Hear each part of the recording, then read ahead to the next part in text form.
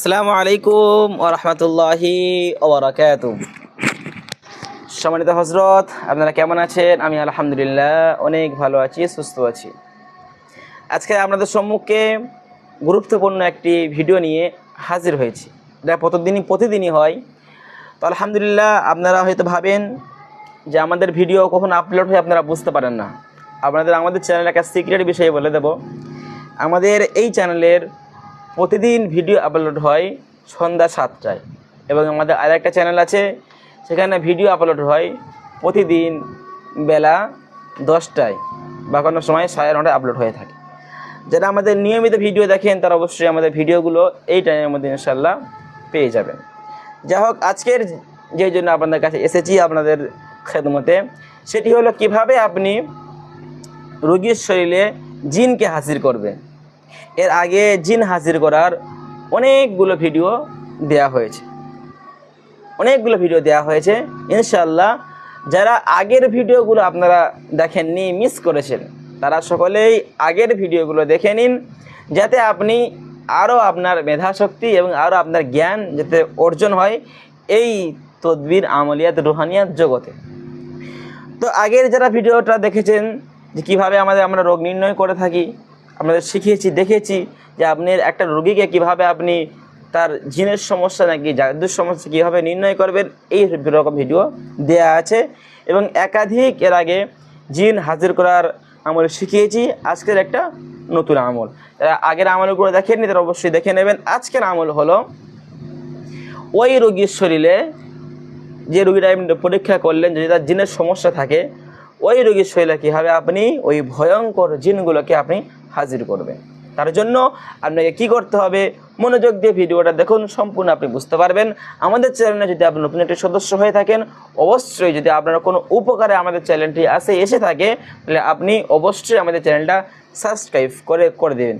তো হযরত, যে কথা আপনাদেরকে বলছিলাম সেটি হলো, রুগীকে বসাবেন, উঁচু করে বসিয়ে রুগীর চোখটাকে মুছাতে বলবেন। মুছিয়ে আপনার ডান হাতটা রুগীর মাথার উপর রাখবেন এবং এই যে বুড়ো আঙুলটা রুগীর এরকম কপালে থাকবে এবং হাতটা আপনার মাথায় থাকবে। একটু আপনি হালকা চাপ দেবেন। আপনি হালকা চাপ দিয়ে কি করবেন,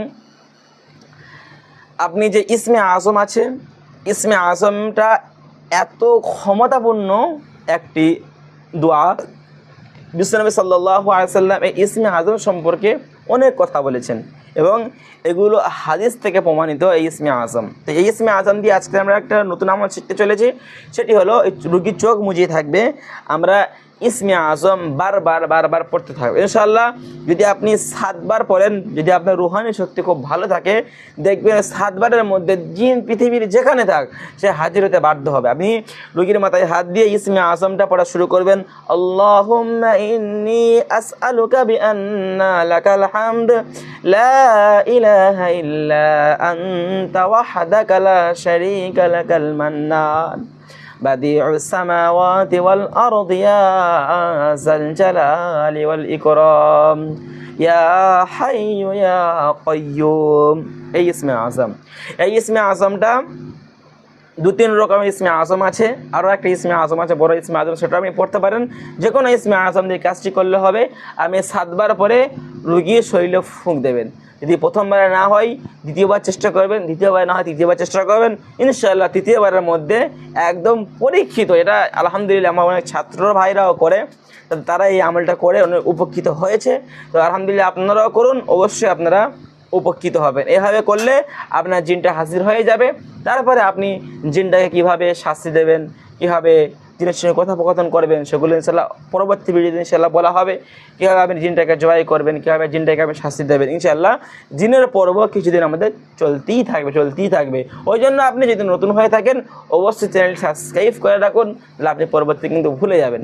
তা হযরত, আজকের এই কথাটি বলা ছিল যে আমাদের কাছ থেকে এই কাজগুলো করার জন্য ইজ্জত আপনি যদি নিতে চান, পেতে চান, আপনার নাম এবং আপনার বাবার নাম, ঠিকানা সহ আমাদের কমেন্ট বক্সে অবশ্যই কমেন্ট করবেন। আমাদের তরফ থেকে ইনশাআল্লাহ ইজাজত হয়ে যাবে। অবশ্যই আমাদের কাজগুলো বৈধ কাজে ব্যবহার করবে। আজকের ভিডিও পর্যন্ত ছিল। সকালে ভালো থাকুন, সুস্থ থাকুন। আসসালামু আলাইকুম ওয়া রাহমাতুল্লাহি ওয়া বারাকাতুহু।